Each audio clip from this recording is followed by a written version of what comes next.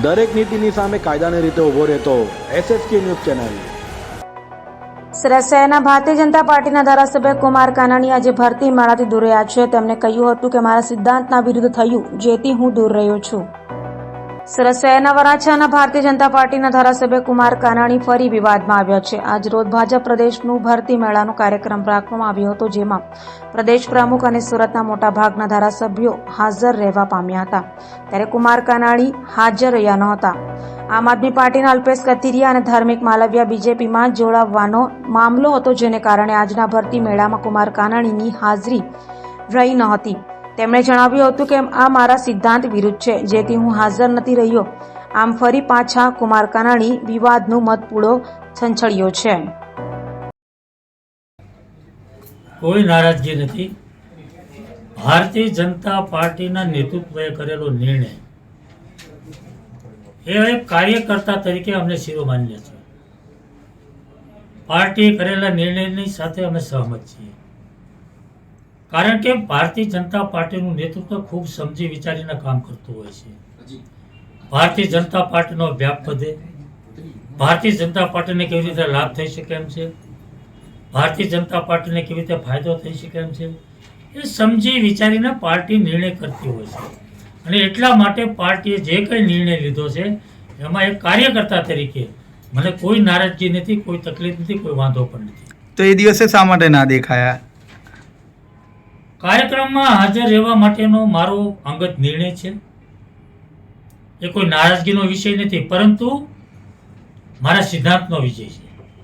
એ મારા વ્યક્તિગત સિદ્ધાંતનો વિષયને કારણે હું હાજર નથી। મારા અમુક સિદ્ધાંતો છે રાજનીતિ અંદર રાજકારણમાં રહીને રાજનીતિ કરી રહ્યો છું, પરંતુ સિદ્ધાંતો સાથે હું રાજનીતિ કરી રહ્યો છું। અને એ સિદ્ધાંતને વળગી રહીને મને એવું લાગ્યું કે મારે સિદ્ધાંત છોડીને આપણે જે કંઈ વિરોધ પક્ષના લોકો વિશે, વિરોધ પક્ષની પાર્ટી વિશે જે કંઈ બોલીએ છીએ એ લોકો યાદ રાખતા હોય છે। લોકોને ખબર હોય છે આપણે ગઈકાલે શું બોલ્યા હતા, આજે શું બોલીએ છીએ। એટલે લોકોની અંદર રાજકીય રીતે લોકોની જે કંઈ છાપ હોય છે કે આજે શું બોલ્યા, કાલે શું બોલ્યા, બોલેલા હોય તો ફરી જવું। આજે હું બીજી પાર્ટીને ગાળો દેતો હોઉં તો એ પાર્ટીમાં મને ભારતીય જનતા પાર્ટીમાં હું નારાજ થાવ, એ પાર્ટીમાં હું જોઈન્ટ થાવ તો એ પાર્ટીને હું કાલ સવારે ગાળો દેતો હોઉં છું। તો આ વાત જે લોકોના મગજમાં છે એ વાતના એ જે રાજકીય લોકોમાં જે કેટેગરી છે એની અંદર હું જોઈન્ટ ના થઈ જાઉં। કારણ કે વરાછા રોડ ઉપર લોકોની અંદર મારી એક ઇમેજ છે, મારી એક ઇજ્જત છે, મારા સિદ્ધાંતો લોકો જાણે છે। એમાંથી હું હટી ના જાઉં, એ મારા સિદ્ધાંતોનું છોડી ન દઉં, લોકોમાં મારી જ છાપ ખરાબ ના પડે। મારી ઇજ્જત લોકો જે કરે છે એનું લોકોની ઇજ્જત જાળવવા માટે લોકોએ મારી ઉપર મૂકેલો ભરોસો અને વિશ્વાસ, હવે 3 કપરા ચૂંટણી ગઈ ચૂંટણીમાં તો કેવી રીતે જીતી શક્યો છું? લોકોએ મારી ઉપર કેટલો મોટો ભરોસો મૂક્યો છે, કેટલો મોટો વિશ્વાસ મૂક્યો છે, એ વિશ્વાસને હું તોડવા નહોતો માગતો। એ મારો સિદ્ધાંત છે અને એટલા માટે મેં હાજર નહીં રહેવાનો નિર્ણય કર્યો છે। કોઈ નારાજગીનો પ્રશ્ન નથી, પણ મારા અંગત વ્યક્તિગત સિદ્ધાંતના કારણે હું હાજર રહી શક્યો નથી। કાકા, તમે આવનારા ચૂંટણીની અંદર હરીફ કહી શકાય? બિલકુલ, મને કોઈ હરીફની ચિંતા છે જ નહીં। હું ભારતીય જનતા પાર્ટીનો કાર્યકર્તા છું। હું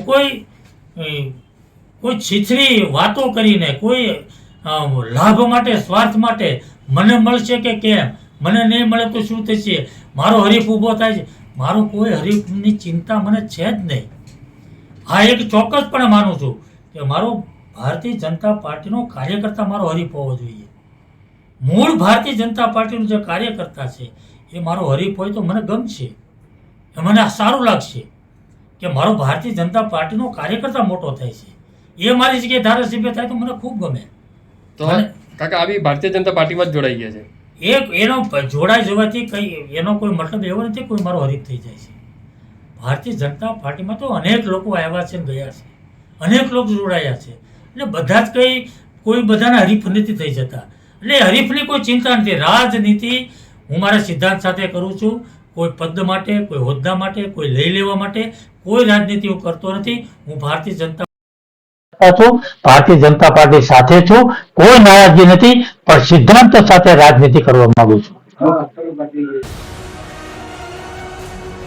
દરેક નીતિની સામે કાયદાની રીતે ઊભો રહેતો SSK ન્યૂઝ ચેનલ